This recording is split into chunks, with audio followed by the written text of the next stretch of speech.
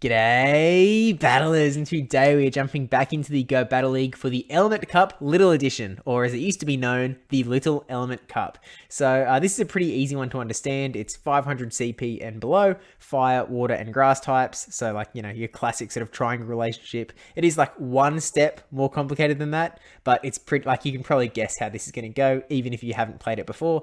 And there is the extra stipulation that it is only Pokemon that are able to evolve and have not evolved at all. So for example, Bulbasaur eligible because it can evolve, but it hasn't evolved. Ivysaur not eligible because even though it can evolve, it has already evolved once. So with that said, it is also going to be from May 18th through to May 25th.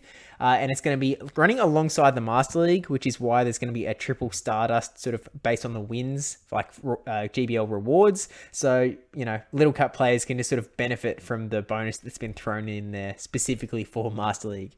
I will say before we get into it that as a sort of follow up to the video about Sylph Arena and the Sylph Road that I made the other day, I'm going to have a quick follow up at the end of this video. But for those who are just here for the Element Cup Little Edition, we'll just jump straight into that for now. And hiya!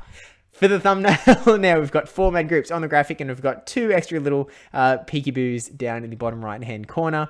And so let's focus in on the left-hand graphic, which we can go through really, really quickly. We have Ducklet, who is the big kingpin of this meta. Absolutely huge, because you've got Bubble Beam to debuff to not only debuff, but do super effective damage to the fire types in Tepig and Vulpix. You have Brave Bird to just, decimates technically the wrong word, to demolish the grass types. Down there we've got Fomantis, Bulbasaur, Chikorita, and Ferroseed.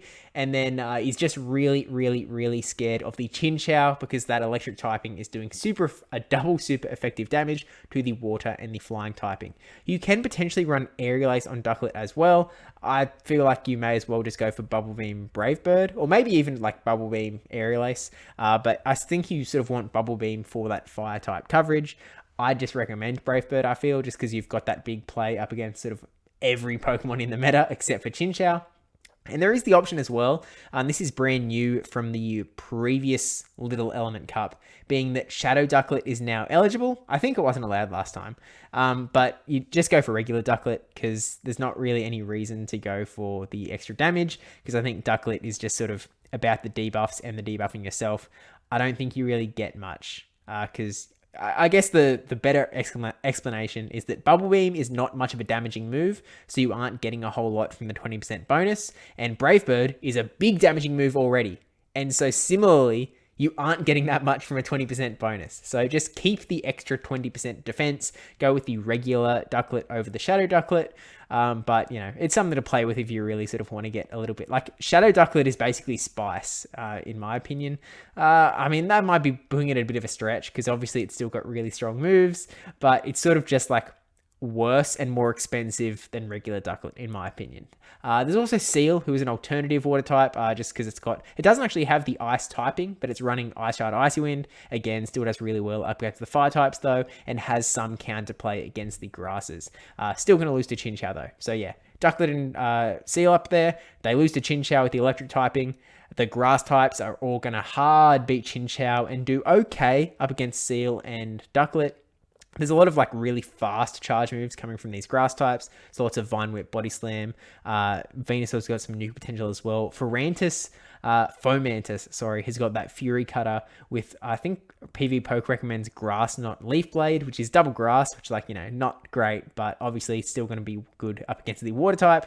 And Fury Cutter charging up pretty quick as well. I think it's sort of the 4th out of 4 grass types that are on the graphic here, so I wouldn't recommend using Fomantis. I just thought it was something a little bit interesting, a little bit different. And then the grass types are going to lose to the fire types in Vulpix and Tepig.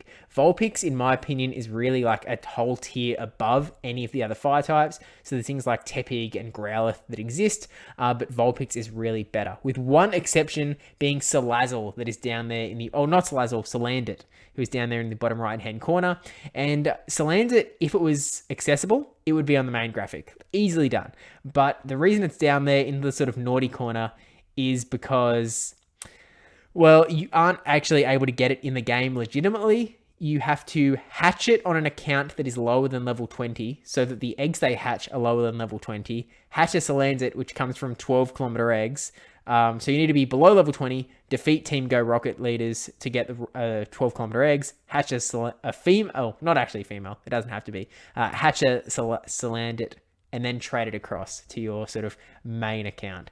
So, like, you know, it's a little bit dodgy. So anyone you sort of see using Salandit, it's a little bit dodge. And then we sort of have one more sort of hanging in the corner there. Do you know its name? Do you know what the Pokemon's name is? Slugma! But that is my little Element Cup Meta Simplified infographic. Yeah, it's a really simple one. It's not that complicated. There's some other picks as well, like Execute and Slowpoke, that have that confusion damage to do things against the poison types like Bulbasaur. But, you know, look, it's a Ducklet Cup, and it always will be a Ducklet Cup until they sort of bring in some more electric types. Chinchou isn't a must use. It's just, I guess, if you want to, it's a hard counter. So it depends what your playstyle is. If you're the type of person who plays well with like a Bastiodon, then, you know, Chinchou might be for you. But if you sort of like playing things a little bit more dynamic, I guess, where you never get stuck and you never get the opponents. Well, I think Chinchou actually does get stuck a lot as well if you aren't up against the Ducklet or the Seal. So if you're not someone who likes to get stuck in certain matchups, then Chinchou probably not for you, and there's sort of the other ways to go about it. But yeah, commenting on that sort of video from the other day, we are sort of like chugging along. We've had a couple of days, which is not a lot of time to process the sort of end of the Silpharina. There's a lot of discussions going on about what the future of the grassroots PvP scene is going to look like.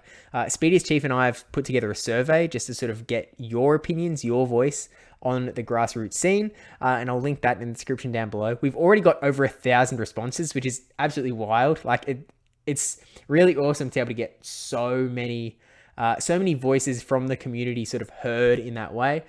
So yeah, that link's going to be down in the description below. So do check that out if you've got any sort of, you know, if you're interested in grassroots PvP. But with that said, thank you so much for watching. Don't forget to like, comment, subscribe, especially that subscribe one. Thank you to my patrons and YouTube members as well. Just needed to find the button.